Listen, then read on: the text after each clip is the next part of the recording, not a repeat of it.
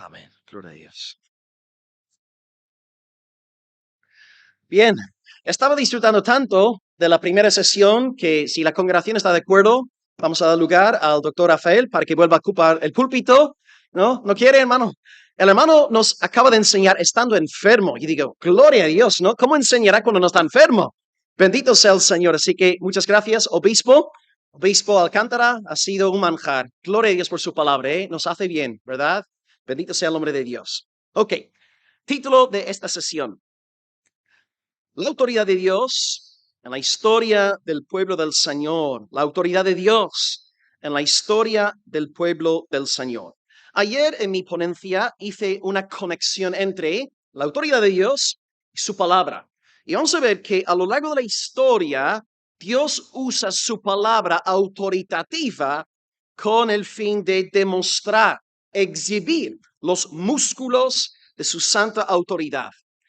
Confieso que en mi preparación para este mensaje tuve que quitar mucha información porque sabía que si hubiera impartido todo lo que tenía ya estudiado, pues estaría aquí 3 horas enseñándoos. Entonces lo que he hecho es dividir el estudio en 4 partes. A saber, en primer lugar, el Antiguo Testamento. He escogido un ejemplo del Antiguo Testamento donde vemos la autoridad de la palabra de Dios avivando su iglesia, su pueblo, sus llamados. En segundo lugar, veremos un ejemplo del nuevo. En tercer lugar, veremos la época patrística, un ejemplo. Y en cuarto lugar, la edad media o la edad medieval.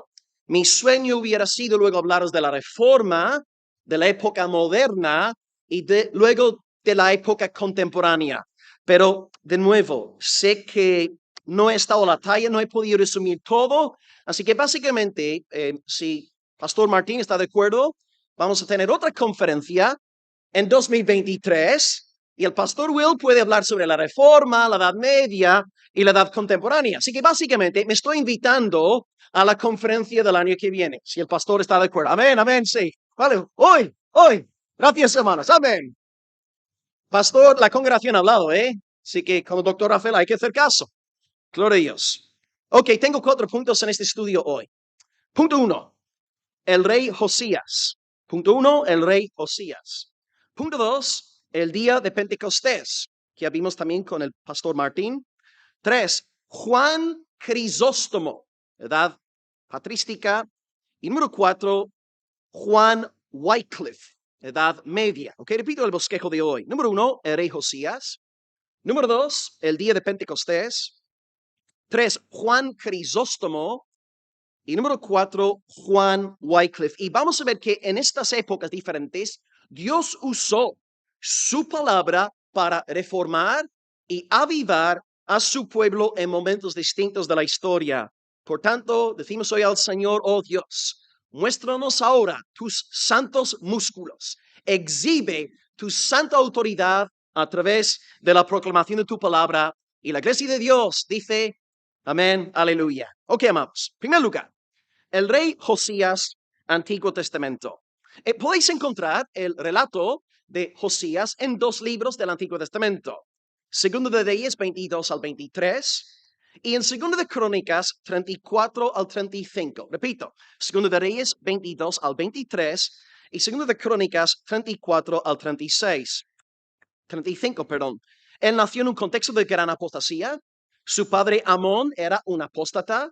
Su abuelo Manasés era un apóstata, aunque hay que reconocer que Manasés luego fue convertido antes de fallecer.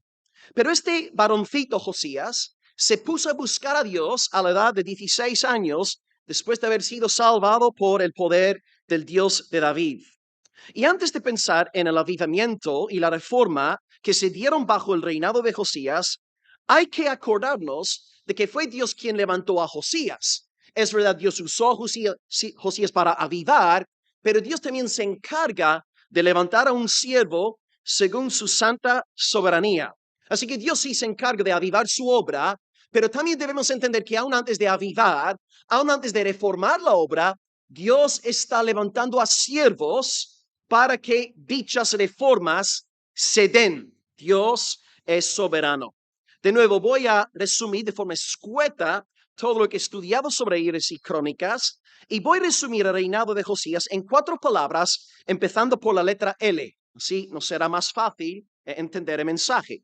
4 palabras empezando por la L. La primera, limpieza. La segunda, levantamiento. La tercera, ley.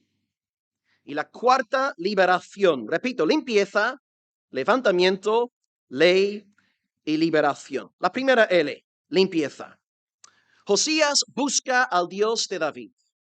Y la primera cosa que hace al ascender al trono es limpiar Judá, limpiar Jerusalén. Josías, al ser un varón temeroso del Señor, derribó los altares levantados a diferentes dioses. Por ejemplo, su padre Amón y su abuelo Manasés habían adorado a diferentes deidades de las naciones vecinas. Entonces llega Josías destruyendo todas las imágenes y sacó del templo en Jerusalén todos aquellos utensilios que habían sido usadas para la prostitución sagrada y otros actos paganos. De hecho, Josías era tan fiel al Señor que llegó a matar a todos los sacerdotes idolátricos y quemó sus huesos sobre los altares de sus falsos dioses.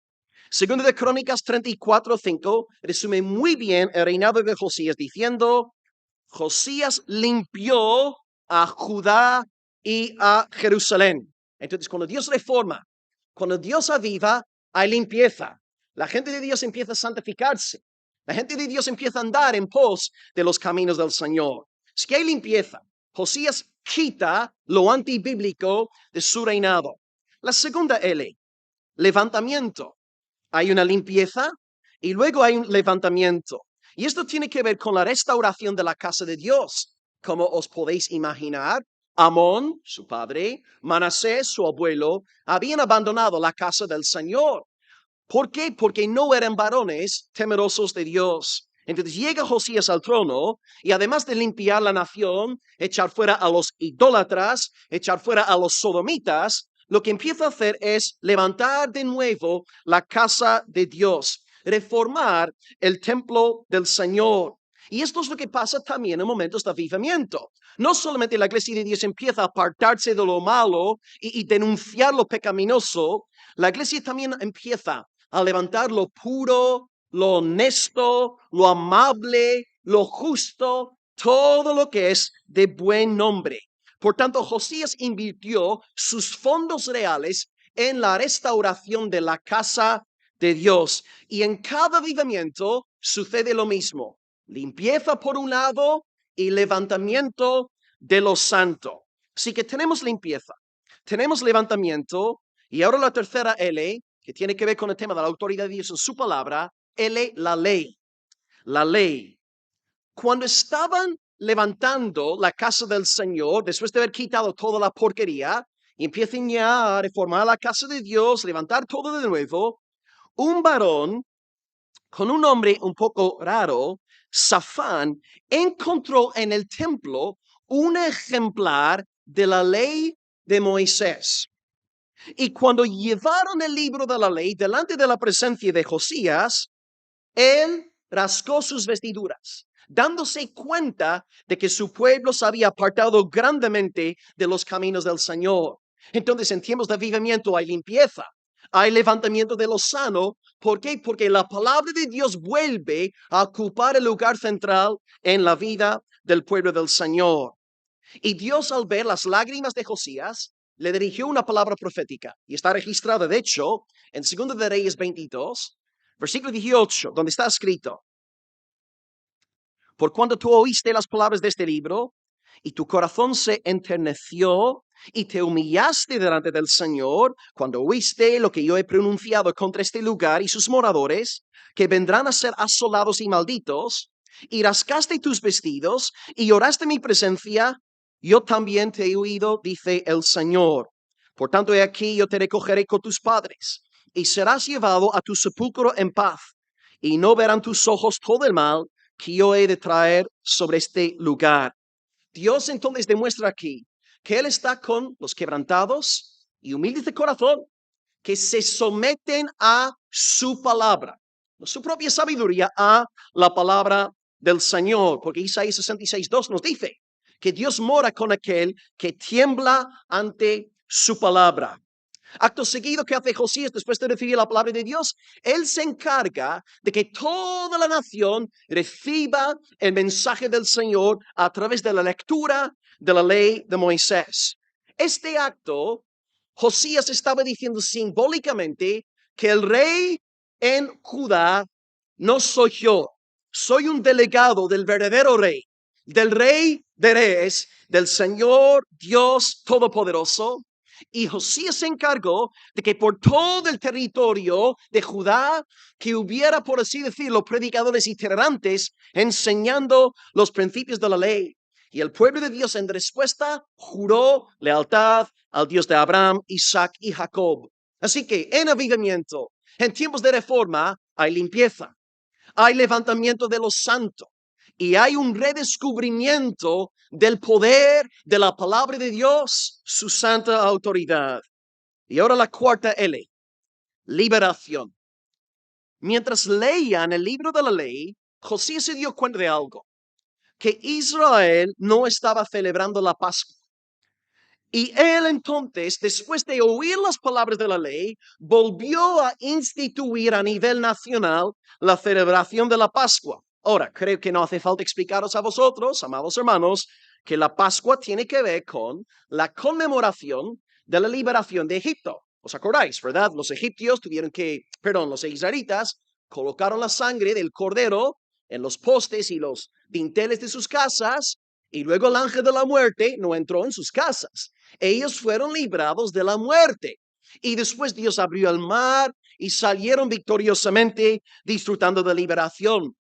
Como evangélicos, nosotros entendemos que la Pascua tiene una función tipológica. Y bueno, una pregunta para los hermanos. La Pascua, el Cordero Pascual, ¿es un tipo de qué? Exactamente. Por tanto, podemos ver también que en tiempos de reforma y avivamiento, no solamente hay un descubrimiento nuevo del poder de la palabra de Dios, dentro de esta palabra de Dios vemos la centralidad del Cordero Pascual. Vemos la exaltación del Señor Jesucristo. Y cuando hay avivamiento, cuando hay poder de Dios en la iglesia, los sermones se tornan cristocéntricos. Ya no es ego, yo, sueña cosas grandes, 7 pasos para ser un gigante espiritual. No, es Cristo, Cristo, Cristo. Cristo, poder de Dios. Cristo, sabiduría de Dios. Cuando el pueblo del Señor está avivado, el Cordero es exaltado y proclamado para la gloria de Dios Padre. Y dice la palabra del Señor que aquella celebración de la Pascua fue tan impresionante que dice 2 de Crónicas 35:18 que no se celebró otra Pascua como aquella que celebró el rey Josías. ¡Wow! ¿Qué aprendemos pues de la autoridad de Dios en el Antiguo Testamento? Hay más ejemplos. He escogido uno por amor al tiempo y por amor a vuestra paciencia.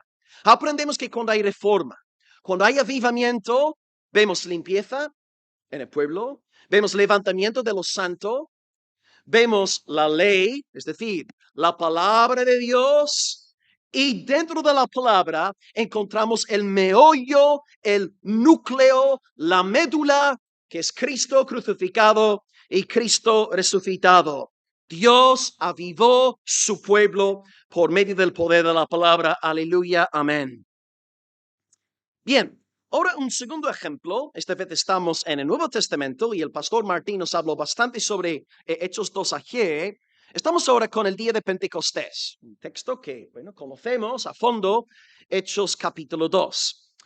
Pedro predica y, de nuevo, creo que estáis todos al tanto, después de su sermón fue un mover tan poderoso del Espíritu que 3,000 personas llegaron a convertirse al Señor. Y esto para nosotros que vivimos en el sur de España, ¿no? Leemos algo así y decimos, esto no es posible.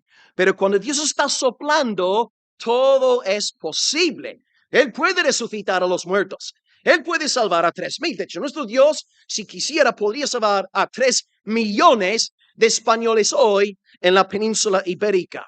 Bueno, estamos en el día de Pentecostés, tenemos el sermón de Pedro en versículos 14 hasta el 36, y se comparte este sermón en el marco del derramamiento del Espíritu Santo. Aquellos que estuvieron en el aposento alto se pusieron a hablar en otras lenguas. Dios envió de su espíritu. Dios llenó a la gente. Y la gente que estaba en Jerusalén decía, están borrachos.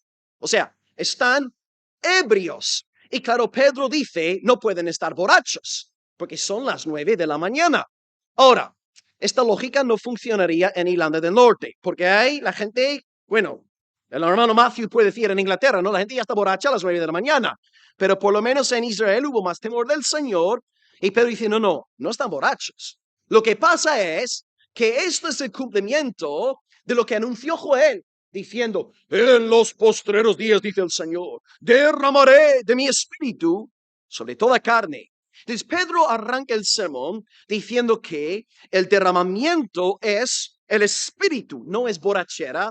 Y en la segunda parte del sermón, a partir del 22 al 36, Pedro aprovecha de la situación para predicar a Cristo. O sea, empieza hablando de lo del Espíritu Santo para luego dar centralidad al Cordero Pascual, Jesucristo, llamando a la gente al arrepentimiento. Y vemos la sumisión de Pedro aquí a la autoridad de la palabra. Porque si os fijáis en el sermón, podemos encontrar textos citados textualmente del Antiguo Testamento. Ya os dije, esto es lo dicho por el profeta Joel. Está citando Joel 2, versículo 28 en adelante. Luego dice un poco más adelante ahí, en Hechos 2, hablando de la resurrección, no dejarás mi alma en el Hades, ni permitirás que tu santo vea corrupción. Hechos 2, 27. Esta frase no fue acuñada por Pedro.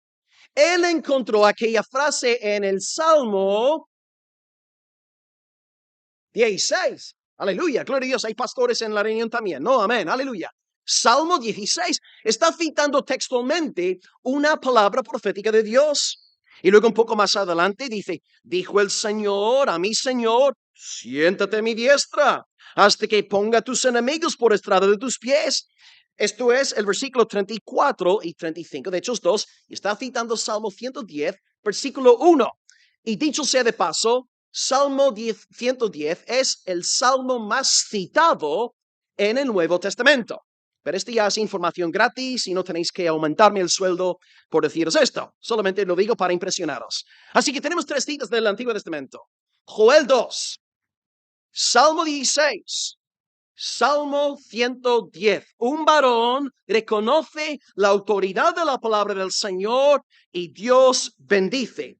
Y agregaría también otra cosa, que cuando hay una llenura del Espíritu Santo, es inevitable que la persona llena del Espíritu Santo hable la palabra del Señor. Hay una conexión. Estaba hablando aquí con un anciano de la iglesia, Alfonso, ¿no? El otro día fue muy interesante, ¿no? El tema de sí, necesitamos el Espíritu Santo, pero cuando está el Espíritu, también está la palabra del Señor, como bien me recordó el hermano. Y así lo vemos en la palabra. Una persona llena del Espíritu Santo está fundamentada en la palabra del Señor. Un buen ejemplo sería Hechos 4, 31, donde está escrito, fueron todos llenos del Espíritu Santo y hablaban con denuedo la palabra de Dios. Yo sabré que eres un varón, una dama llena del Espíritu Santo, si la palabra mora, abunda en ti, en tu corazón y en tu boca. Por tanto, Pedro, lleno del Espíritu Santo, tiene que anunciar la palabra, Joel, Salmo 16, Salmo 110, y luego también hay una referencia indirecta a otro pasaje antiguo testamentario en Hechos 2:30. El tema que aquí la cita no es explícita, pero Pedro hace ilusión en el versículo 30 a la promesa de que Dios iba a levantar un hijo de David para sentarse en su trono eternamente. Ahora, hay muchos textos del Antiguo Testamento donde se habla sobre esta realidad y el clásico sería 2 de Samuel capítulo 7. Pero esto ya no importa. Lo que quiero que veáis, amados, es que donde quiera que haya verdadera, llenura del Espíritu, no falsa llenura del Espíritu que abunda en nuestros días. La verdadera llenura, la verdadera plenitud del Espíritu Santo implica palabra de Dios. Palabra de Dios. No separemos lo que nuestro Dios ha unido. Dios entonces llena a Pedro y él predica la palabra del Señor. Alguien a lo mejor puede decir, bueno, pastor, fíjate en el sermón de Pablo en Atenas, Hechos capítulo 17, él no citó ningún texto bíblico. Bueno, es cierto que Pablo no cita en Grecia, en Atenas, predicando a paganos, textos bíblicos de la palabra como lo hace Pedro. Pero si te pones a estudiar y a analizar todo lo que predica Pablo, es netamente bíblico. Cada cláusula del sermón de Pablo en Atenas, en Hechos 17, está casi sacada directamente del Antiguo Testamento.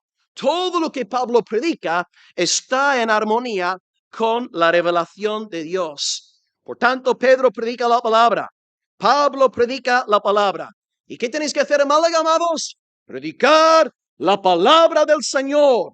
Porque la autoridad no está en vosotros. La autoridad está en la palabra autoritativa del Santo Dios triuno. Amén. Gloria al Señor. Pedro predica la palabra. Está entonces la ley de Josías. Vemos aquí la ley. Y en este sermón también vemos limpieza y levantamiento. Por un lado hay limpieza porque Pedro confronta a los pecadores. Él no pide disculpas, como decía antes el pastor, ¿verdad? Que a veces hay pastores que no quieren tener problemas y no predican todo el consejo de Dios para no ofenderle a nadie, para que la gente no se vaya de la iglesia. Pero bueno, hay que darnos cuenta de algo. Si una persona está en la iglesia y se ofende ante la ética bíblica, una enseñanza bíblica, y se va ofendido, hermano, no es una oveja, es una cabra. Y que eso es una bendición de que las cabras ya se larguen y se marchen. Si no van a convertirse, pues van a causar problemas. No debemos pedir disculpas por enseñar claramente la verdad de la palabra del Señor. Yo prefiero ser impopular con hombres que ser impopular con nuestro Dios Todopoderoso. Pero Pedro confronta a la gente. Dice, versículo 23 del sermón, vosotros prendisteis y matasteis a Cristo. Vosotros lo entregaste a gente inicua que lo crucificaron. Hay poca predicación así en nuestros días. Toda la predicación aquí en España en gran parte es políticamente correcta. Tratamos a la gente como si fueran víctimas y no pecadores, no criminales delante del Señor. No queremos que la gente inconversa se siente incómoda estando entre nosotros. Pero este temor al hombre no es del Espíritu del Señor. Cuando Pedro recibe la plenitud del Espíritu Santo, confronta. Y acordaos, amados, Gálatas 1, versículo 10, si yo todavía agradara a los hombres, no sería siervo de Cristo. Pedro, lleno del Espíritu Santo, confronta a la gente y dice en el versículo 36 también, a este Jesús, a quien vosotros crucificasteis, Dios le echó Señor y Cristo. Ahora, ¿cómo puede Pedro hacer esto? ¿Cómo puede Pedro acusar de pecado a miles de personas sin temor a perder su vida únicamente por el poder del Espíritu Santo? Es el Espíritu Santo, no hay otra explicación, amados. Es el poder de Dios, es la autoridad de Dios exhibiéndose a través del mensajero celestial. Así que vemos limpieza en el mensaje. Pedro está echando fuera, por así decirlo, los idólatras, los sodomitas en los días de Josías. Pero también hay levantamiento, porque el pastor no solamente está puesto para oponerse al pecado y denunciar la maldad, también tiene que levantar y ofrecer una solución y arrojar luz. No es la misión del profeta dejar a la gente en tinieblas. La misión del profeta es testificar del pecado con el fin de que haya arrepentimiento y restauración. Y vemos esto también en el mensaje. Por ejemplo, después de ellos recibir la palabra de Pedro, le dicen a él, pues ¿qué haremos? ¿Qué haremos si hemos crucificado al Cristo, al ungido del Padre? ¿Y qué dice Pedro? Lo que tenéis que hacer es arder en el infierno por los siglos de los siglos. Sois una manada de sinvergüenzas, víboras, serpientes. No, Pedro dice, versículo 37, Pedro responde diciendo, arrepentíos, perdón, 38, arrepentíos y bautizaos en el nombre de Cristo.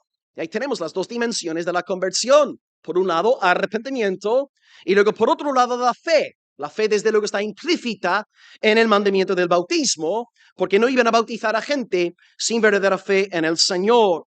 Por tanto, vemos aquí tres L's. La L de la ley, Pedro predicando Joel, Salmo 16, Salmo 110, 2 de Samuel 7. El sermón está cargado de biblina. Luego vemos limpieza porque está denunciando el pecado y confrontando los malhechores, pero también hay levantamiento, hay esperanza, hay luz. Y desde luego, queridos hermanos, está la L de liberación también, porque este sermón no es un sermón sobre el Espíritu Santo. Pedro muy sabiamente, por el poder de Dios, dirige la atención de la gente hacia el Cordero Pascual. Y este sermón tiene una cristología impresionante. Ahora, si después del sermón vosotros veis más datos cristológicos en Hechos 2, por favor, me los podéis comentar. Pero yo he apuntado 10 verdades sobre Cristo que podemos observar en esta pequeña porción de la Escritura. Pedro dice, versículo 22, que Cristo fue un varón aprobado por Dios. Ahí tenemos la humanidad de Cristo. Versículo 22 también, segundo dato, hizo maravillas, prodigios y señales. Tercer dato, versículo 24, fue brutalmente crucificado. También versículo 24, verdad número 4, fue resucitado por el poder de Dios. Amén. Número 5, Él es el cumplimiento de la profecía del Salmo 16, versículos 25 al 31. Número 6, Cristo ascendió al cielo para estar con el Padre. Versículo 33. Número 7, Cristo derramó el Espíritu Santo en el día de Pentecostés. Versículo 33. Número 8, Cristo es el cumplimiento de la profecía del Salmo 110. Versículos 34 al 35. Número 9, Cristo es el Señor. Versículo 36. Y número 10, Él es el Cristo. Versículo 36. Yo no sé si vosotros veis más datos sobre la persona de Cristo en el mensaje, pero tenéis que observar que acabo de nombraros 10 verdades cristológicas sacadas de un sermón bien cortito, para que veáis, amados, cuando un hombre está lleno del Espíritu Santo, lo que está en su corazón es el Cordero Pascual.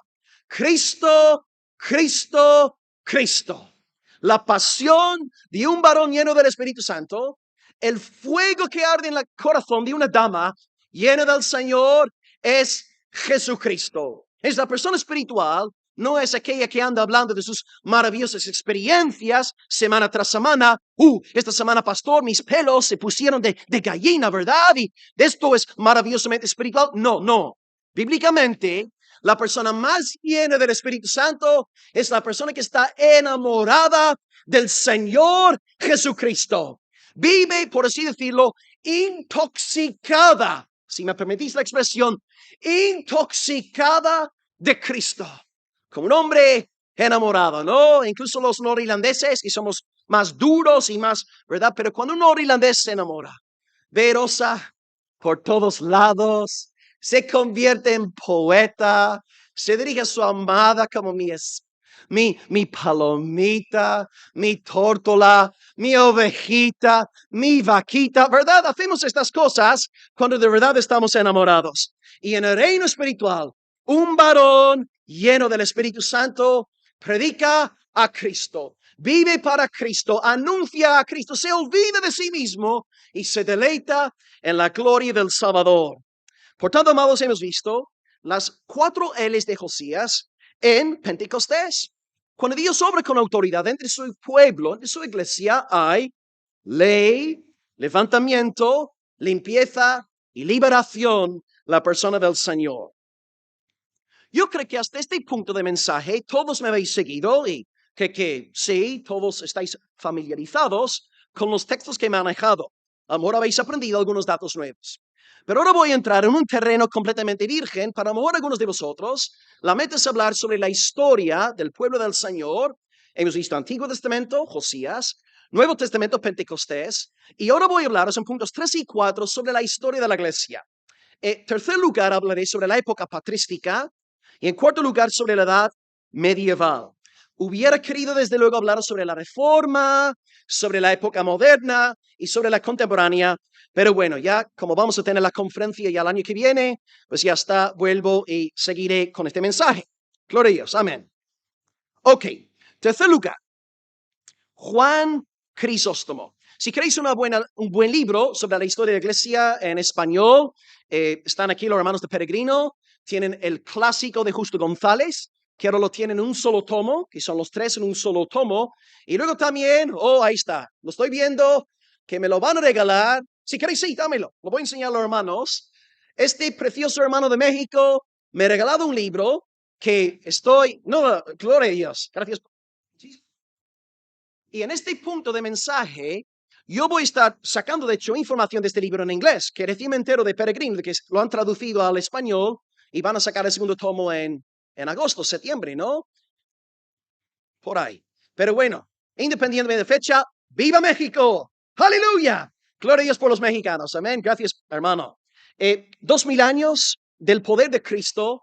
Y aquí voy a estar hablando sobre un varón llamado Juan Crisóstomo. He sacado algunos datos de este libro, que ahora está en castellano, pero también usando el libro de Justo González, otro también de Kenneth Latourette, que es un poco más complejo, pero bueno, Juan Crisóstomo. Hay muchas figuras interesantes en la época patrística. Hay un montón, ¿no? Los padres apostólicos, como, bueno, Policarpo, como Clemente de Roma, Ignacio de Antioquía. Luego, posteriormente, tenemos los padres de la iglesia, Ireneo, Tertuliano, Agustín, Ambrosio, que era un predicador fogoso, como bueno, el doctor ahí Rafael, ¿no? Tenía fuego ahí metido los huesos. Pero voy a hablaros de Crisóstomo.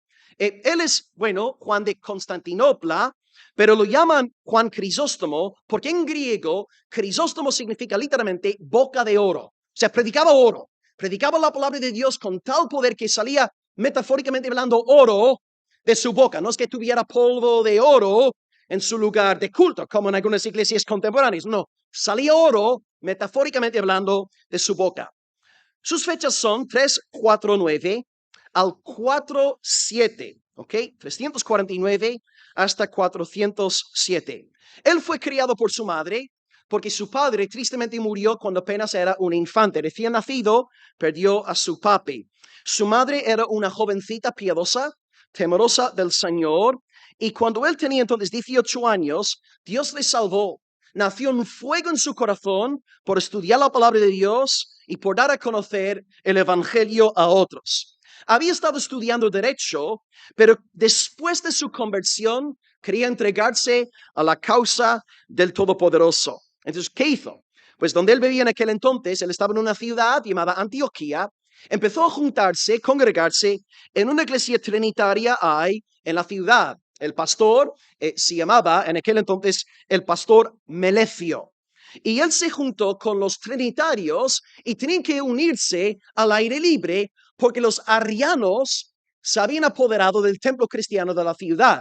Si no sabéis quiénes son los arrianos, ellos casi acabaron con la iglesia en el cuarto siglo. Y de hecho se redactó el credo de Nicea en respuesta al peligro arriano. Arrio más o menos decía, algo parecido a los testigos de Jehová, que el logos, el verbo, el Hijo de Dios, es el primer ser creado. Es decir, Dios el Padre es Dios en el sentido, digamos, superlativo de la palabra.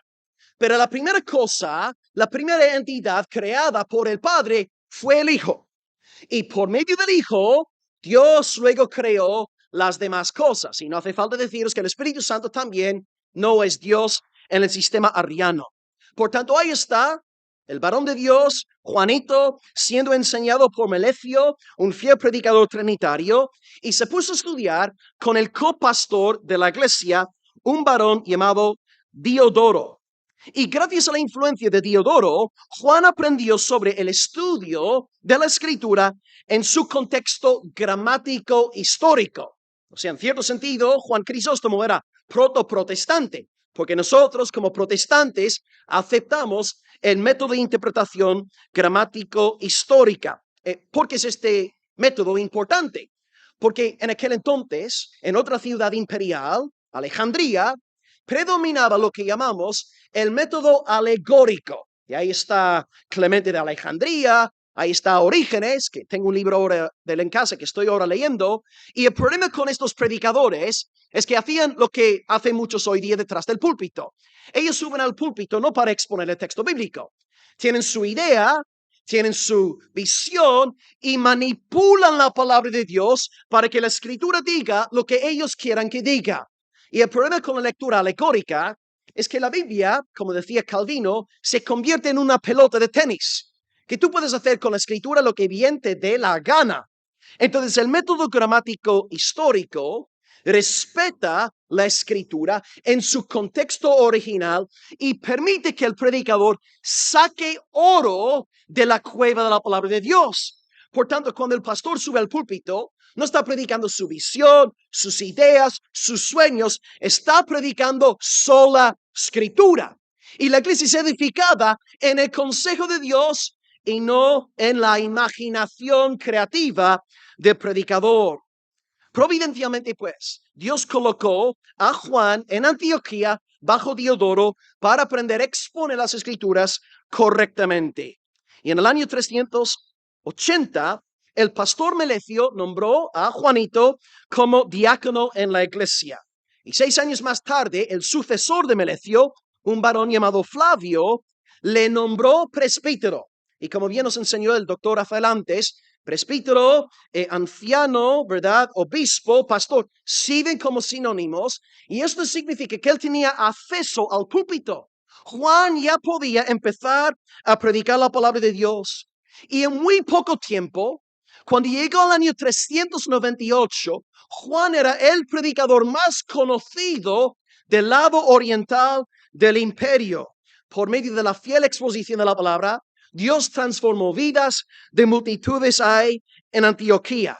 Y podéis, de hecho, ahora en inglés al menos, no sé cómo está la cosa en español, podéis conseguir libros de sus predicaciones.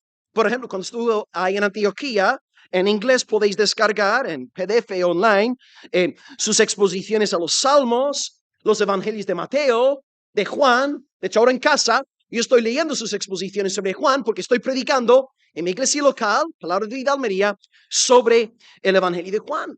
Y lo increíble es que como Crisóstomo era un discípulo de la Escritura y no un discípulo de sus tiempos, de su cultura, él sigue hablando hoy. Y es increíble, ¿no? Pensar, por ejemplo, en Charles Spurgeon. Charles Spurgeon lleva metido en la tumba más de 130 años. Y ahora sus libros son más vendidos que nunca. Subís ahí al puesto de peregrino. Hay libros de Charles Spurgeon. ¿Por qué? Porque Spurgeon predicó la palabra. Y estando muerto, sigue hablando. Martin Lloyd Jones murió en el año 80. Aquí estamos ya casi, ¿qué? 40 años más tarde. Y los libros de Lloyd Jones vendiendo más que nunca, porque Lloyd Jones predicó la santa palabra de Dios. Y las predicaciones de Lloyd Jones, de Spurgeon, nunca pasarán de moda, porque son predicaciones de la palabra del Señor. Y por esta razón hoy podemos comprar un libro de Crisóstomo, leerlo, entenderlo y decir amén, porque predicó la palabra. Dios bendice a los varones que predican la palabra de Dios. Y tú, hermano del Señor, si tú predicas la palabra, incluso estando muerto, seguirás hablando, porque el poder está en la palabra de Dios. Aleluya. Ahora, empieza un poco lo malo. Está Juan, predicador más famoso de una ciudad relativamente insignificante de aquel entonces, pero tal era su fama que cuando falleció el arzobispo de la ciudad imperial de Constantinopla, sabéis que el imperio estaba dividido en 2 partes. La parte occidental, Roma, capital, y luego la parte oriental, Constantinopla, era la capital. Entonces, se ve que el arzobispo de Constantinopla, un hombre con el nombre de Nectario, ¿okay? Nectario, un hombre seguramente muy fructuoso. Y bueno, si vamos a tener un niño ahora en noviembre, estoy pensando en ponerle Nectario, ¿no? Es un nombre muy bonito. Nectario falleció y Arcadio el emperador solamente quería que un pastor viniese a Constantinopla para predicar. Él quería a Juan. Yo quiero a Juan. Y ahora lo que pasa ahora es impresionante. Ahora, intentar pensar en la siguiente ilustración. Ahora Juan es tu pastor. Piensa en los pastores, el pastor de tu iglesia local.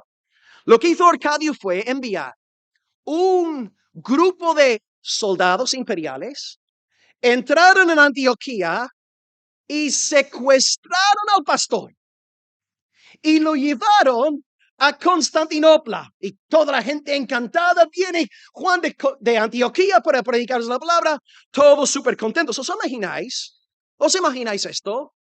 Por ejemplo, envía el ejército de España, ¿no? Un grupo de soldados para secuestrar al pastor Martin Risley.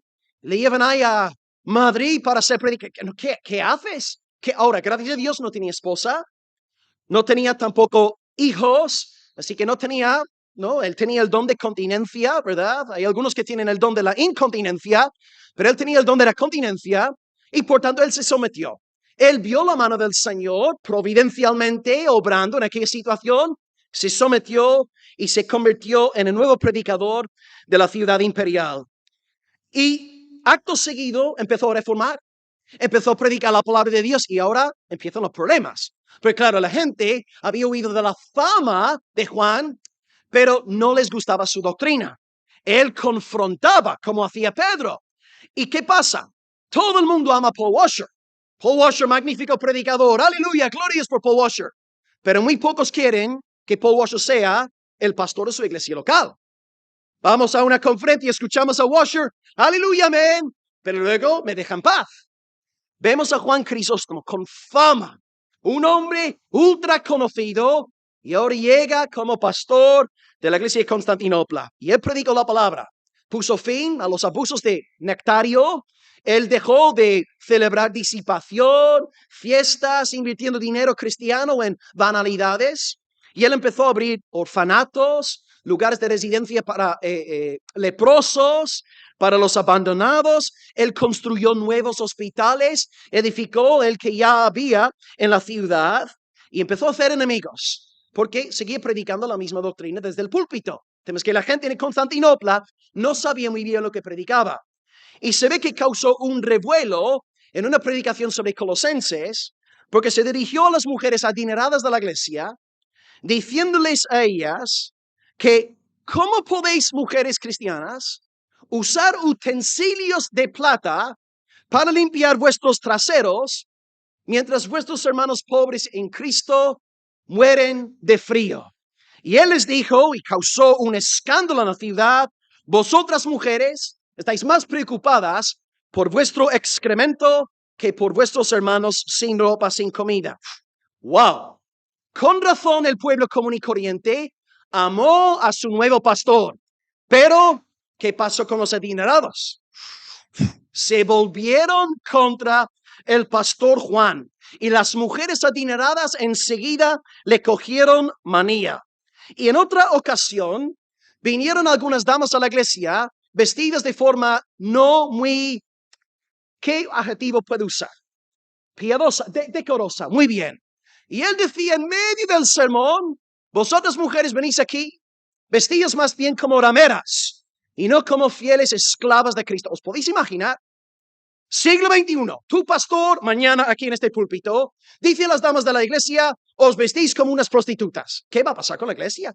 Tercera Guerra Mundial. Estudiamos estas cosas en la historia y nos reímos, pero nos metemos en la piel de Juan Crisóstomo. Madre mía, ¿este hombre estaba loco o qué? Pero predicaba la palabra del Señor. Ganó la enemistad, pues, de los mundanos, los adinerados, y sorprendentemente, el propio clero se volvió contra él. Porque él quería que todos los pastores en la ciudad viviesen vidas dignas de su llamamiento. Él quería en santificación. Él quería en purificación, que un cristiano vive para la gloria de Dios. Pero como los demás pastores estaban felices recibiendo dinero del Estado sin hacer absolutamente nada, pues ellos también se volvieron contra el pastor Juan Crisóstomo. No amaba la palabra. Pero más allá de las mujeres adineradas y del clero, las dos figuras clave en cuanto a enemistad eran dos. Número uno, Teófilo, obispo de Alejandría, donde estaba la escuela alegórica, donde estaba Clemente, había estado, y también Orígenes. Y el segundo adversario, o mejor dicho, la segunda adversaria, Eudoxia, la mujer del emperador, una mujer extremadamente rica y poderosa que llevaba los pantalones en el hogar. Ella era la autoridad. Primer lugar, ¿qué pasó con Teófilo? Bueno, Teófilo odió a Juan porque él estaba, desde luego, en la ciudad de Alejandría, que era, digamos, la ciudad del cristianismo del Oriente, la más, digamos, con la más reputación. Y ahora de repente llega Juan a Constantinopla, las multitudes están oyendo la iglesia y recibiendo palabra de Dios. Dios está haciendo maravillas, reformando, avivando con poder, y Teófilo empieza a arder de envidia. ¿Y no es esto un peligro para los pastores de hoy? O mejor dicho, para las iglesias de hoy. Ahí estamos, ¿no? En Almería, a lo mejor podemos ver una conversión de vez en cuando, y luego nos enteramos de que David Barceló en Barcelona no para de crecer esta iglesia. Conversiones casi todas las semanas. El hermano Juan Manuel Basay en Hospitalet, más de lo mismo. David, ¿en quién estoy pensando? ¿Qué Madrid? Que tiene la barba, es un hombre muy hermoso, guapo. ¿Cómo se llama? Que está en nuestras conferencias. Que está en Madrid. David Rivero. Más de la iglesia no para. Y aquí estamos como pastores. Señor, en vez de gozarnos por lo que está pasando en Barcelona, en vez de dar alabanza a Dios por lo que está sucediendo en Madrid con el hermano Rivero, nos ponemos a criticar, a maldecir, a difamar, porque su iglesia es más grande que la mía. Y nos volvemos unos egocéntricos, carnales, egoístas, hijos del diablo. Así reaccionó Teófilo.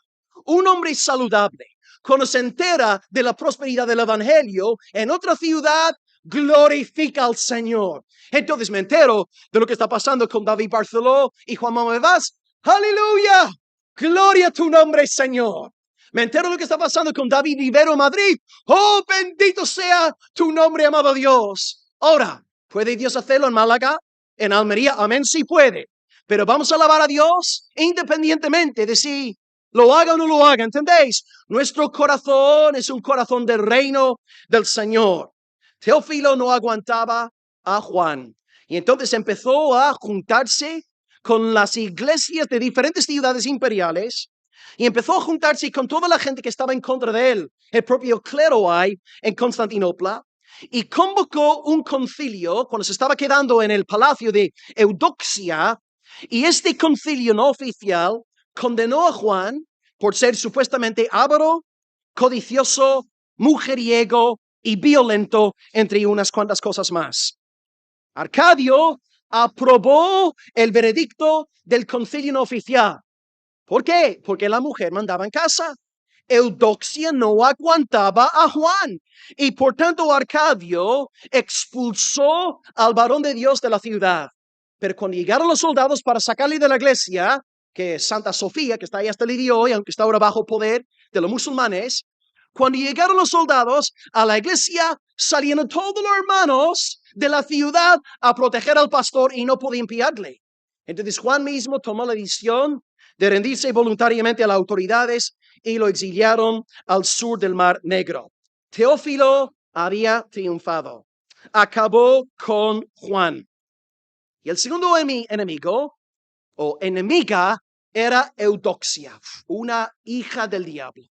Una heredera del trono de Jezabel. Una mujer poseída por el propio diablo. Una mujer que mandaba en el imperio. Ahora, inicialmente ella se alegró. Claro, llega Juan de Antioquía a nuestra ciudad. Esto va a permitir que nuestra ciudad de Constantinopla tenga más éxito, más turismo, ¿verdad? Ella pensaba como una mujer mundana, pero no pensaba en las implicaciones de la predicación a la palabra de Dios. Y ella le cogió manía por él meterse con las mujeres adineradas de la ciudad. Y luego también, cuando él condenó a las personas ricas por no preocuparse por los más humildes. Y luego hizo algo absolutamente imperdonable. Para que veáis cómo era Juan.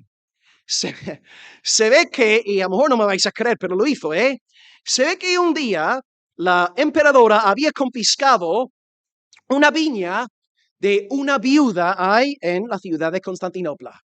¿Y qué hace Juan en el día del Señor? Sube al púlpito, abre su Biblia Y dicen, hermanos, hoy voy a predicar sobre Primero de Reyes, capítulo 21, donde Jezabel confiscó la viña de Nabot. O este hombre estaba loco, o estaba dirigido por el temor del Señor. Y él predicó un mensaje lleno del poder de Dios. Y desde luego cuando Eudoxia se enteró de todo aquello, ¿qué dijo? Aleluya, amén, gloria a Dios por este pastor. No, vamos a cortarle la cabeza. Y ella maquinó para quitarle de la ciudad de Constantinopla. Se puso furiosa. Después entonces de echar a Crisóstomo de la ciudad, tanto Arcadio como su esposa Eudoxia rogaron que volviese, porque a unos pocos días se desató un terrible terremoto y todos pensaban que era el juicio del Señor contra la ciudad por haber exiliado al pastor Juan. Por tanto, le pidieron que regresase del Mar Negro y cuando él entró en Constantinopla, salieron los feligreses dando alabanza y gloria al Señor. Supuestamente todo estaba bien, todo perdonado, todo excelente, pero unos meses más tarde, de nuevo volvió a surgir otro pollo, ¿no? Cuando el emperador en noviembre del 403 levantó cerca de la iglesia una estatua de sí mismo. Y en pleno culto un día, la gente estaba ahí festejando, celebrando en la presencia de la estatua. Y ahí mismo el pastor denunció la idolatría de los de Constantinopla. Y cuando Eudoxis se enteró, echó espuma por la boca. Por tanto, el varón de Dios fue expulsado de nuevo de la ciudad en el año 404. Y pasó los próximos 3 años siendo llevado de un sitio a otro por las fuerzas imperiales. Y finalmente los emperadores decidieron deportarle a la ciudad más lejana del imperio, llamada Pitsunda, exigiendo que los soldados ya no tuviesen más compasión de él. Y el varón de Dios, tras 3 semanas de exposición al calor del sol y la lluvia, se desmayó con fiebre alta y unas pocas horas después murió. Y sus últimas palabras fueron: gloria a Dios por todo. O en términos de la Reforma Protestante, soli Deo gloria. Así murió el varón de Dios, un hombre fiel, un predicador de la palabra de Dios, que vio el poder del Señor en Antioquía, que vio la mano de Dios en Constantinopla y murió así completamente rechazado. Y a veces es lo que va a pasar con nosotros. Ser predicador no es sinónimo de éxito mundano. Muchas veces es sinónimo de odio, de rechazo, de ser crucificado, como sucedió con Pedro y con nuestro amado Salvador. Ahora, interesantemente, unos 30 años más tarde, después de la muerte de los emperadores, su hijo, un varón llamado Teodosio II, pidió que los huesos de Juan fuesen traídos de vuelta a la ciudad de Constantinopla. Y él pidió perdón públicamente por lo que sus padres habían hecho con el pastor Juan. Así que, amados, podemos ver que Dios ha visto su obra. Dios reformó a su iglesia por medio de Juan Crisóstomo. Y vemos en su vida los elementos de Josías y los elementos de Pedro. Ley, limpieza, levantamiento y desde luego liberación. Juan Crisóstomo os lo puede decir personalmente. En cada página de sus exposiciones sobre el Evangelio de Juan, lo que tú más ves en las exposiciones, la palabra que más utiliza es Cristo, Cristo, Cristo. Juan comía con Cristo, bebía con Cristo, soñaba con Cristo. Un hombre poseído por el Señor Cristo Jesús. Aleluya. Y oremos hoy, amados, para que Dios levante a más obreros así. No oremos para que Dios levante simplemente a predicadores. Oremos por predicadores con biblina. Oremos por predicadores cristocéntricos, cristológicos, apasionados por el Señor. Roguemos al Señor de la mies que envíe obreros a la mies, pero no cualquier obrero. Obreros enviados de lo alto por el poder del Espíritu del Señor. Oh Dios, en tu gracia, danos a más Josías, danos a más Pedros y danos a más Crisóstomos para la fama de tu Hijo. Y el pueblo del Señor dice amén y amén. Y acabo pues con el cuarto punto, nuestro hermano Juan Wycliffe. Y estamos aquí entrando en la Edad Media. De nuevo, en la Edad Patrística, podría haber escogido a otros ejemplos. Y también en la Edad Media hay otros varones dignos también de que sus vidas aquí sean comentadas por su pasión cristocéntrica. He escogido Juan Wycliffe. Ahora, a la hora de deletrear su nombre hay diferencias, depende del libro que compres, pero podéis, si estáis tomando apuntes, colocarlo como lo escribo yo. Por tanto, es, ¿verdad?, la versión oficial, la versión inspirada, la forma en que yo deletreo su nombre, W-Y-C-L-I-F-F-E. Okay, W-Y-C-L-I-F-F-E.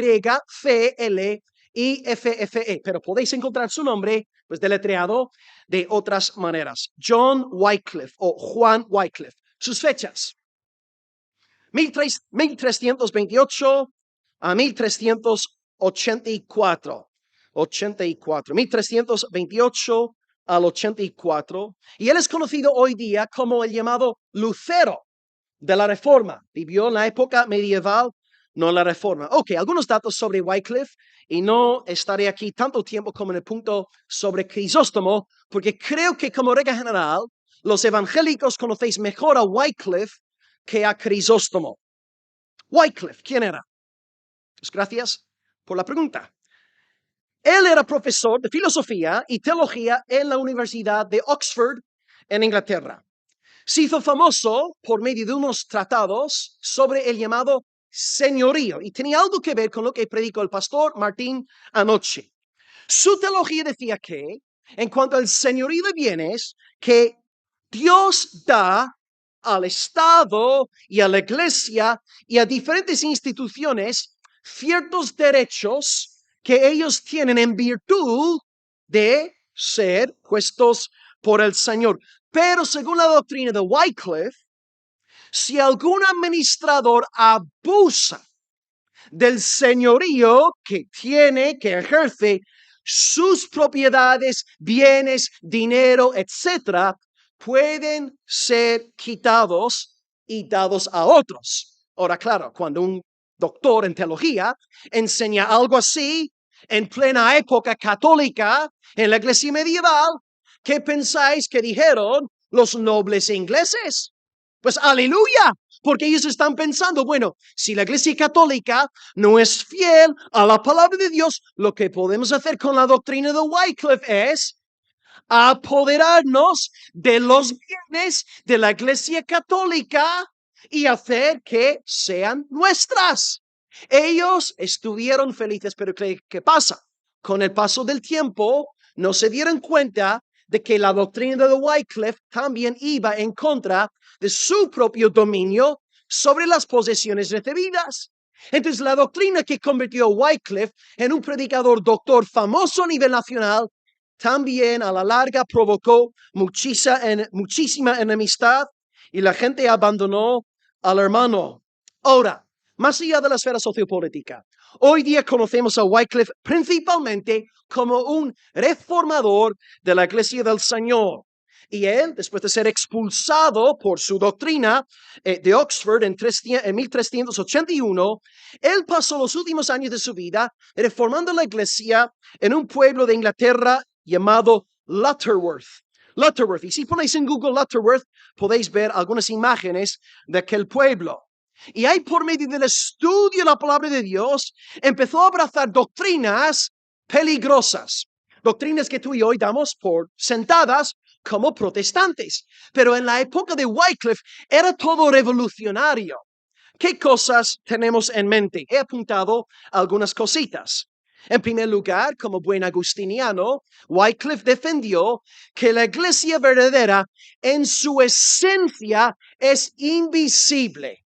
La verdadera iglesia, hay una división entre iglesia visible e invisible. Por ejemplo, hoy estamos aquí todos congregados visiblemente. Esto no quiere decir que todos vosotros seáis cristianos. Pueden haber entre las ovejas unas cuantas cabras, ¿cierto? No es así en nuestras iglesias. Hay una iglesia visible, pero Dios conoce a los elegidos, a los escogidos. Y por tanto, Wycliffe decía que la verdadera iglesia es la invisible. Es la iglesia de los predestinados, los elegidos por el Padre antes de la fundación del mundo. Así que ahí se metió en problemas. La segunda doctrina peligrosa que tú y yo como protestantes hoy damos por sentado, la segunda doctrina, el sacerdocio de todos los creyentes. Él decía que delante de Dios, los sacerdotes no tienen un puesto especial para recibir más bendición de parte del Señor. A veces no tenemos esta mentalidad en la iglesia. Los hermanos se acercan al pastor y a mí me lo han dicho: pastor, ya que usted tiene más enchufe con el Señor, pues te pido que ores por mí. No, hermana, no es así. Yo no tengo más enchufe con Dios por ser pastor. Todos tenemos acceso a Dios en el nombre de Jesucristo, no en el nombre del oficio pastoral. Cuando decimos que no, el pastor tiene más enchufe, el diácono tiene más enchufe, estamos pensando como católicos romanos. Y él empezó a enseñar que no, hay sacerdocio universal de creyentes. Ahora sí, hay pastores, hay obispos, hay ancianos, pero nadie tiene más acceso a Dios que otro. Tercera doctrina. Él se opuso a la doctrina de la transubstanciación. De hecho, mañana en Almería estaré hablando también sobre este tema. Él decía en contra de los católicos que el pan y el vino de la Eucaristía no se convierten literalmente en el cuerpo ni en la sangre del Salvador. Y hasta la enseñanza de la Iglesia Católica hoy, el Catecismo de la Iglesia Católica sigue enseñando transubstanciación. Wycliffe dice: para nada. No hay un cambio en los elementos. La cuarta doctrina que le causó problemas. Él empezó a condenar la superstición asociada con prácticas populares, tales como las indulgencias, el culto a los santos, las reliquias y las peregrinaciones. Claro, yo te digo esto ahora, y tú estás pensando, bueno, esto no tiene mayor relevancia, porque todos damos esto por sentado. Pero de nuevo, os estoy hablando de un hombre que vivía en el siglo XIV. Y decir estas cosas podía llevarle a ser ejecutado por los poderes que hay. Por tanto, debemos dar gracias a Dios por estos varones que han abierto brecha delante de nosotros. Y por ellos tenemos esta libertad. Y no debemos dejar de dar gracias a Dios por la historia de estos reformadores. En quinto lugar, también decía que los papas podían equivocarse. Eso es como decirle a Eudoxia, ¿no? Que es una Jezabel. Tú no puedes decir en pleno siglo XIV que los papas pueden equivocarse. Esto es una sentencia de muerte. Esto es como los pastores de hoy que no quieren hablar en contra del lesbianismo porque saben que, bueno, van a ponerles una multa o van a quitarles las credenciales. ¿Entendéis? Tiene este tipo de afecto. Decir, los papas pueden equivocarse. ¿Pero qué estás diciendo, pastor? Tú no puedes predicar así. Estás loco. Has perdido la cordura. Juan Wycliffe se opuso a la infalibilidad papal y llegó a decir que los papas y los dirigentes mundanos deberían ser quitados de sus puestos. Este hombre era un guerrero de Dios. Era un hombre valiente, lleno del Espíritu Santo. Así que he comentado algunas razones por las cuales él contó con muchísimos enemigos en lugares altos. Pero no se arrepintió, predicó la palabra de Dios. Y luego creo que todos conocemos a Wycliffe hoy por dos cosas. Más allá de sus reformas en la iglesia, todo estaba basado en sola escritura. La autoridad de la iglesia no es el papa, no es el magisterio, no es la opinión del pastor. La única autoridad en cuestiones de fe y conducta es la santísima, inerrante, inspirada, bendita, infalible escritura de Dios. Sola escritura. Y su segunda gran obra fue la traducción de la Biblia al inglés. Y hoy día incluso a nivel secular, la gente conoce a Wycliffe por su traducción de la Biblia. Ahora, de nuevo, revolucionario. De nuevo, su vida corría peligro. Porque estamos de nuevo, intentad, yo sé que es difícil. Procurad pensar como habitantes del mundo del siglo XIV. Tú vas a la iglesia el día domingo, Pastor Rafael va a predicar mañana en la iglesia del Pastor Martín, y el doctor Rafael va a predicar desde El español, no sé si usará la Reina Valera 60, la Biblia de las Américas, no sé cuál versión va a usar, pero sí puede decir, no sé, a lo mejor estoy equivocado, pero creo que el pastor va a predicarnos en español. Sí, amén. Ahora, siglo XIV, cambio de chip, tú vas a una iglesia, pleno siglo XIV, ¿en qué idioma te van a predicar? Latín. ¿Usando cuál versión de la Biblia? La Vulgata de Jerónimo, otro predicador, bueno, más bien un erudito de la época patrística. Aquí tenemos pues un varón diciendo, no, tenemos que traducir la Biblia al lenguaje, creo que se dice vernacular. Vernacular, sí, sí, ¿verdad? Y Wycliffe revolucionariamente emprende esta aventura de traducir de la Vulgata del latín la Biblia al inglés, y luego más tarde Tyndale haría la traducción ya del griego al inglés, una versión más pulida y pura, ¿no? Pero Wycliffe fue el primero en abrir brecha en este sentido. Y Wycliffe entonces, ¿qué hizo? Empezó a dar a sus seguidores, sus discípulos se llamaban, por cierto, los lollardos. Esto proviene de una palabra en inglés que es murmurador, porque los enemigos decían que los seguidores de Wycliffe eran murmuradores, porque como se reunían escondidas, tenían que leer sus versiones de la Biblia en voz baja. Y como sus reuniones se caracterizaban por esa murmuración, los enemigos hablaban de los seguidores de Wycliffe como lollardos. Y por medio entonces de la exposición de la palabra, Wycliffe casi alcanzó toda la nación de Inglaterra por medio de la lectura y la predicación de la palabra del Señor. Y dice un historiador, Wycliffe denunció la predicación de su tiempo, declarando que debían rechazarse todos los sermones que no trataran la escritura. Yo digo lo mismo hoy, tenemos que rechazar los sermones que no están basados en la santa palabra del Señor. Wycliffe, al igual que Crisóstomo, estaba convencido de que solamente la palabra de Dios debía ser expuesta el día domingo en el culto del Señor. Y aquí tenéis una cita muy bonita de John Wycliffe. Leo desde luego en español. El servicio más elevado que los hombres puedan alcanzar en esta tierra es predicar la palabra de Dios. Y este servicio recae en forma peculiar en los pastores. Y por ende, Dios lo exige de ellos en forma más severa. Es por esta causa que Jesucristo dejó otras labores y se ocupó principalmente en la predicación, y así lo hicieron también sus apóstoles. Y la iglesia, sigue diciendo Wycliffe, es la más honrada por la predicación de la palabra, y por ello este es el mejor servicio que los pastores pueden prestar a Dios. Luego, si nuestros obispos, si nuestros pastores no la predican por su parte, impiden que los verdaderos pastores la prediquen, cometen el pecado de los pastores que dieron muerte al Señor Jesús. Está pensando en el pecado de los fariseos, los pastores de la nación de Israel. Vemos entonces a Wycliffe. El gran fuego en su alma fue sola escritura, palabra de Dios, y el pastor que sube al púlpito para predicar otra cosa que no sea la palabra debería darse de baja. Debería buscar otro empleo. Debería vender hamburguesas o chuches, otra cosa, pero que no suba al púlpito si no es con el fin de exaltar la santísima palabra del Señor. Y tristemente hoy os lo digo conociendo nuestro contexto en España.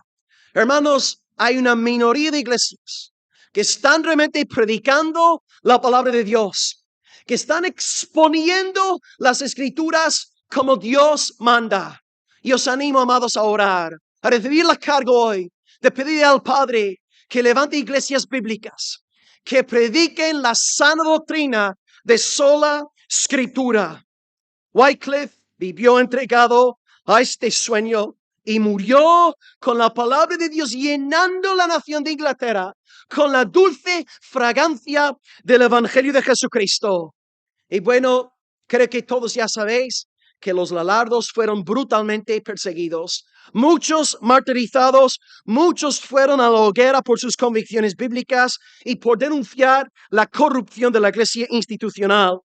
Tanto las autoridades seculares en Inglaterra como las autoridades religiosas condenaron a su grupo y luego, después de su muerte, en el año 1415, en el Concilio de Constanza, la Iglesia Católica condenó a Wycliffe por 260 cargos diferentes.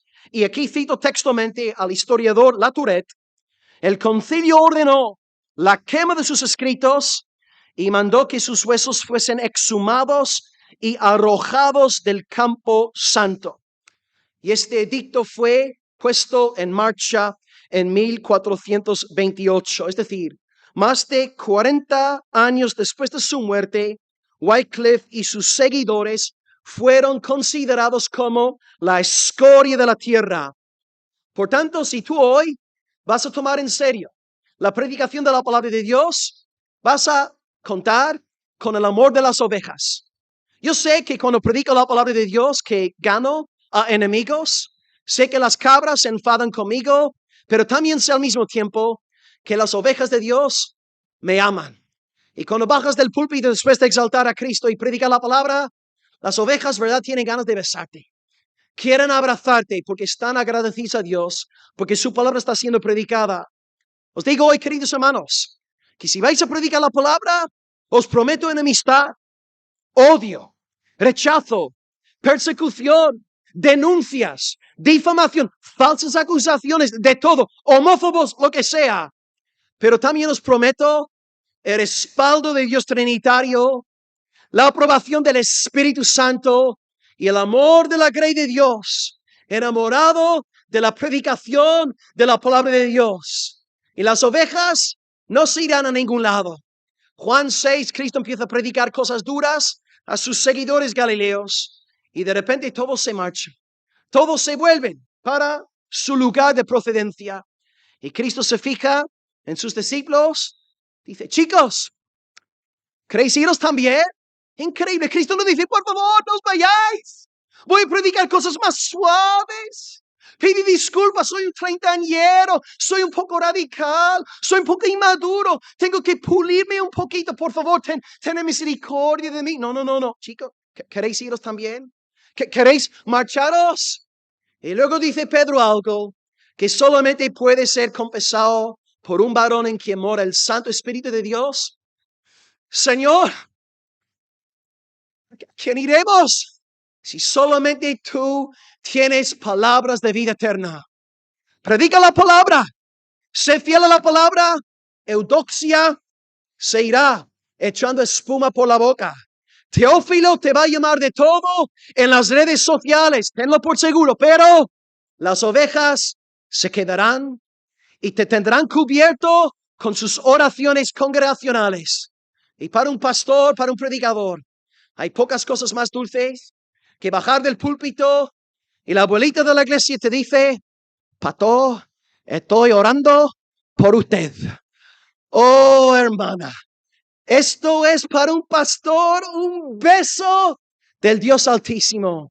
Recompensa a tu pastor, como decía el doctor Rafael, y una de las mejores recompensas es decirle, pastor, yo estoy rogando al Señor por su vida.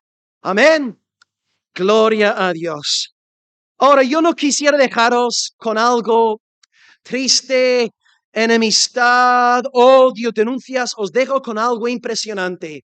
Y ahora si os pone la piel de gallina, está bien, está bien. Este varón de Dios, Wycliffe, tuvo un adepto que estudió sus escritos y era rector de la universidad en la ciudad checa de Praga.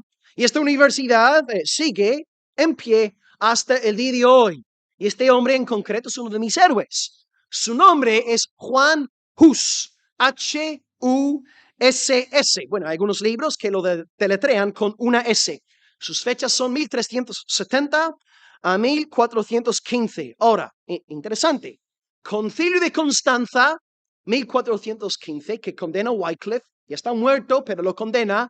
Y en 1415, aquel concilio tomó otra decisión y decretó que Hus tenía que ser ejecutado, quemado públicamente por haber abrazado y divulgado la doctrina abominable de Wycliffe entre los checos. Él fue llevado al lugar de muerte y tras morir, siendo quemado vivo, él dijo lo siguiente. Hus, por cierto, en checo, significa ganso. Y esto va a arrojar luz sobre la cita. Dice Hus 1415, puedes asar el ganso, el Hus, puedes asar hoy el ganso, pero en 100 años Dios levantará un cisne con un canto que no podrás silenciar. Providencialmente, 100 años más tarde, se levantó en Wittenberg, Alemania, un cisne llamado Martín Lutero, y en 1517, 102 años después de las palabras de nuestro hermano Hus, él clavó sus 95 tesis en la puerta de la iglesia de Wittenberg, comenzando una revolución espiritual que celebramos hoy más de 500 años más tarde.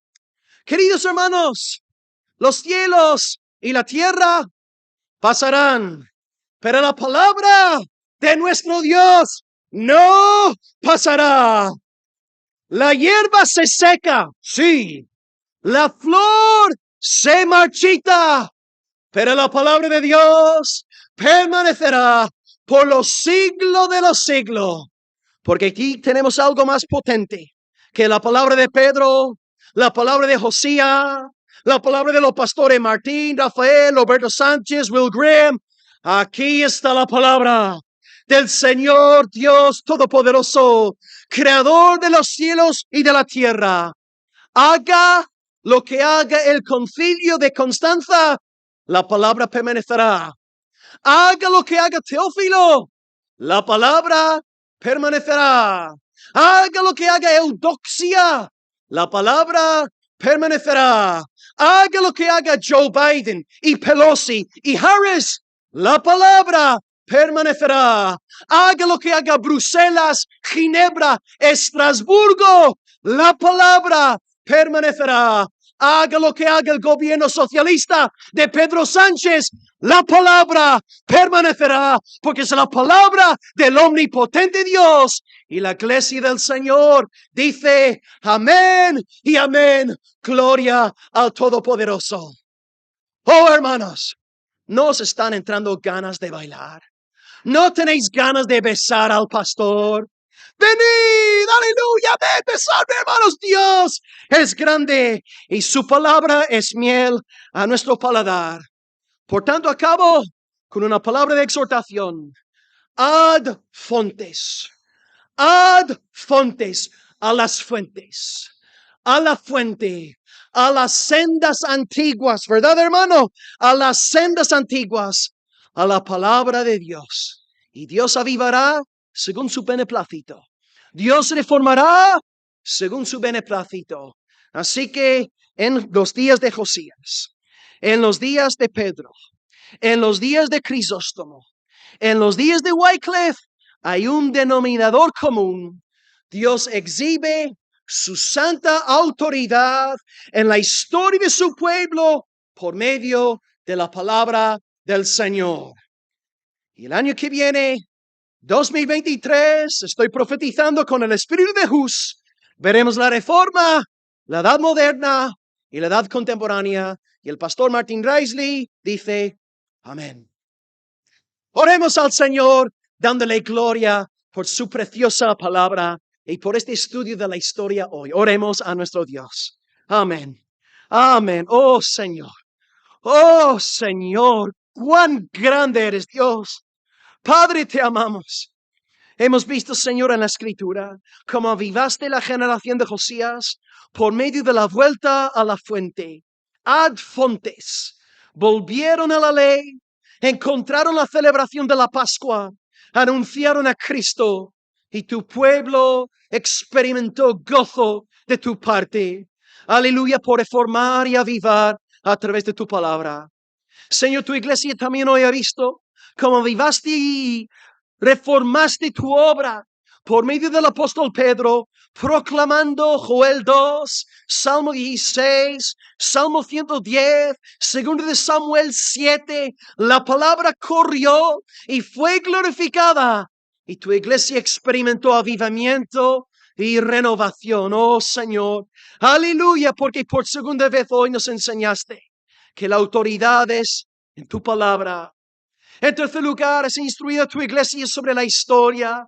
Y vimos a Juan Crisóstomo, un varón, un don nadie, que tú levantaste a él, un hombre criado por su madre, una mujer temerosa de ti, que amaba tu evangelio, invirtió su sudor y su sangre en la crianza piadosa de su hijo, que luego se convirtió en el predicador más conocido de todo el Oriente.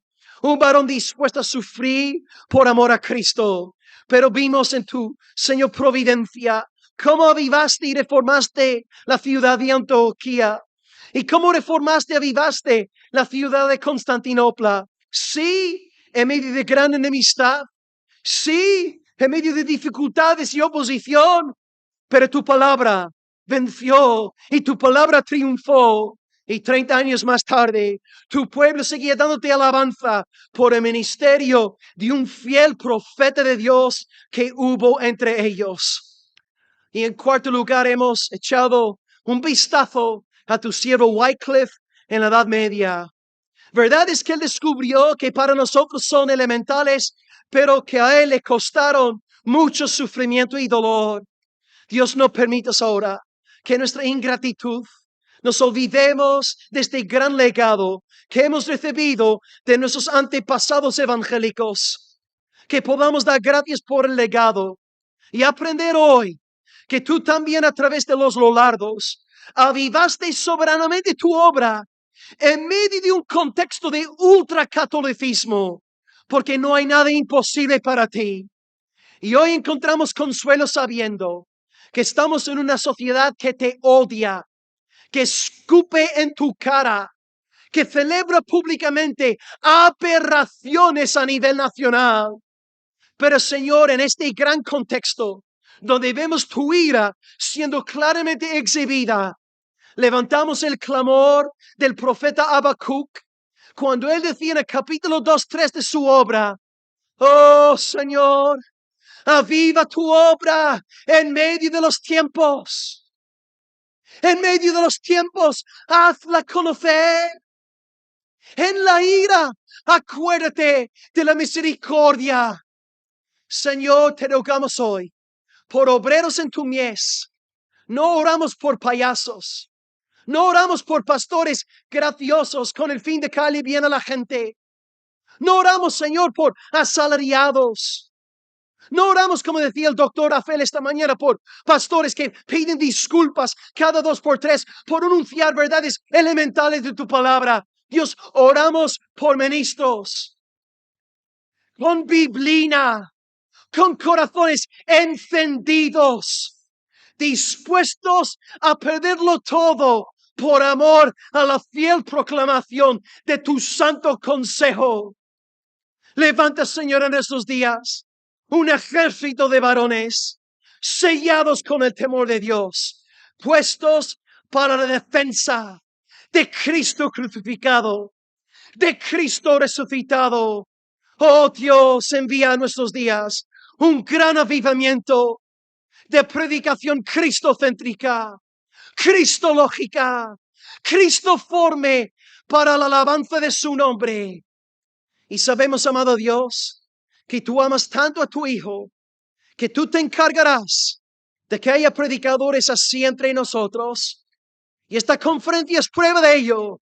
Y sabemos también que tú amas tanto a tu Hijo, que no solamente te encargarás de que su nombre sea predicado hasta la segunda venida, sino que también en aquel día tú asegurarás de que toda rodilla en el cielo y por debajo de la tierra y en la tierra se doble delante del Cordero de Dios, Jesucristo.